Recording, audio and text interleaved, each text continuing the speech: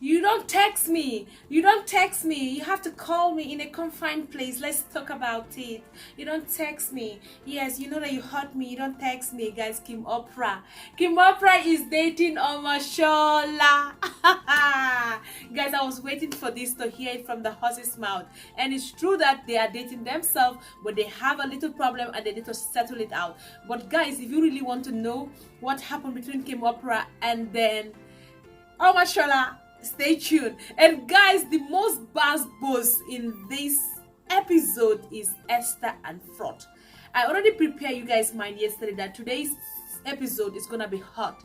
Esther was just ranting, Esther was just shouting, Esther was nagging. Esther, why are we like this?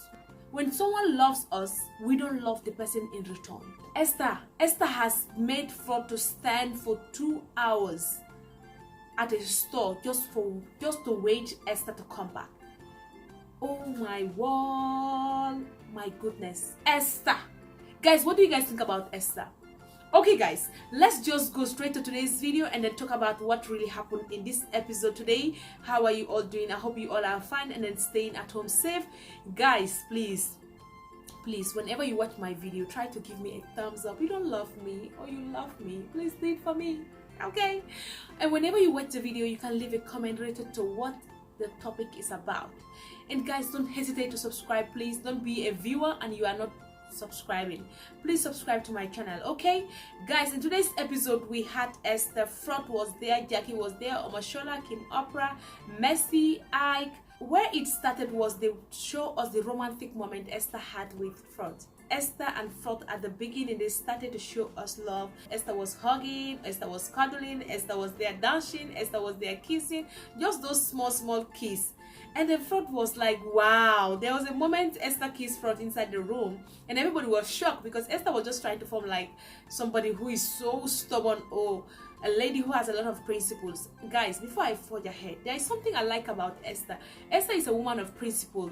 Esther is a woman of dignity, but I think she's overreacting to it. I think she's not trying to let Frodd to know that he's the man. That's the problem they are having. Esther has ego. That's my own understanding in this whole wahala. Esther, you have ego and you have to leave it behind you because a lady should not have an ego. And then the way you act, you always want your words to stand. Esther is just like somebody who is bossy. I don't know why, but I think she needs to be questioned about this. And this is my own observation in today's conversation, and I was really shocked that Frodd was trying to explain a lot of things to her, but she couldn't even listen to it. And there was a moment they showed us, that was when they had that program, and then they were trying to participate in that event that evening, and then Esther gave a humble and then sweet kiss. It was just a fast kiss. But it was amazing. Even Biggie asked Frodd, it seems like today you got your first kiss, and that was hilarious because the girl you are following for some time, and then the girl did not want to reciprocate, give you love in return. So Esther, I don't really understand her.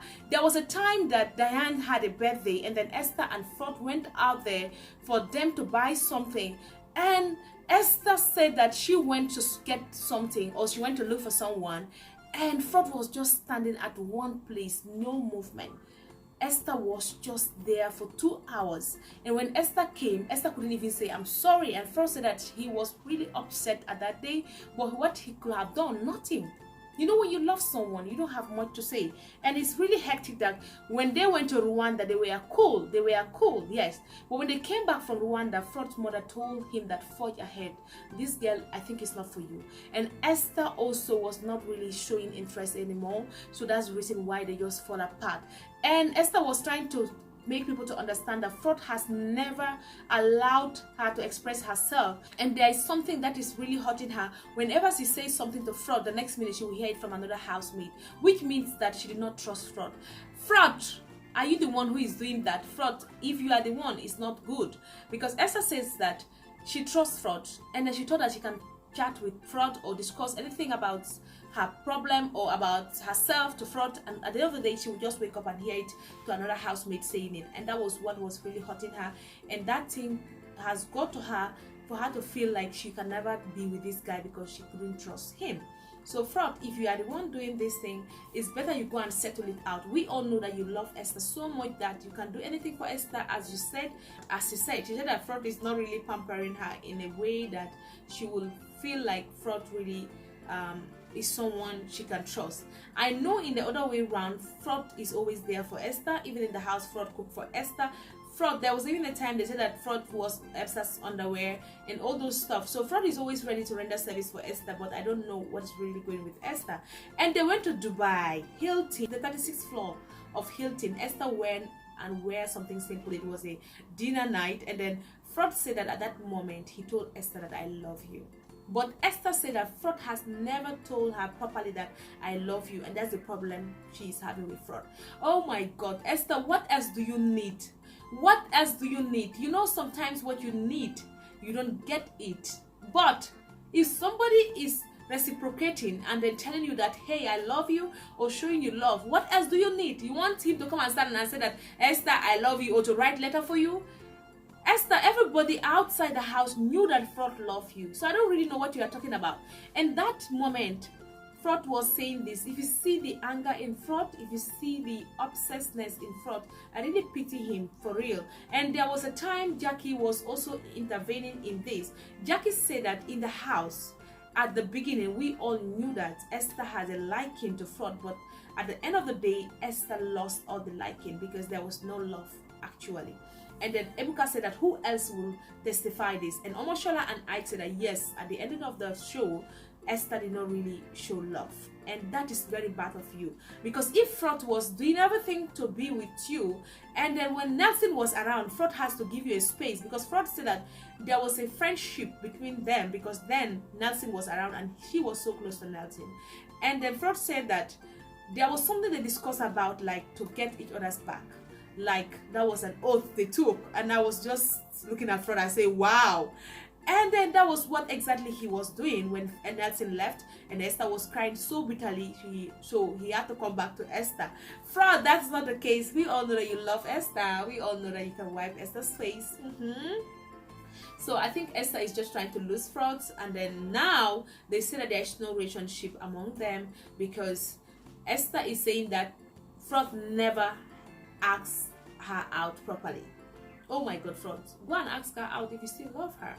And if your mother is saying that you should leave Esther and you think you love Esther, go for her.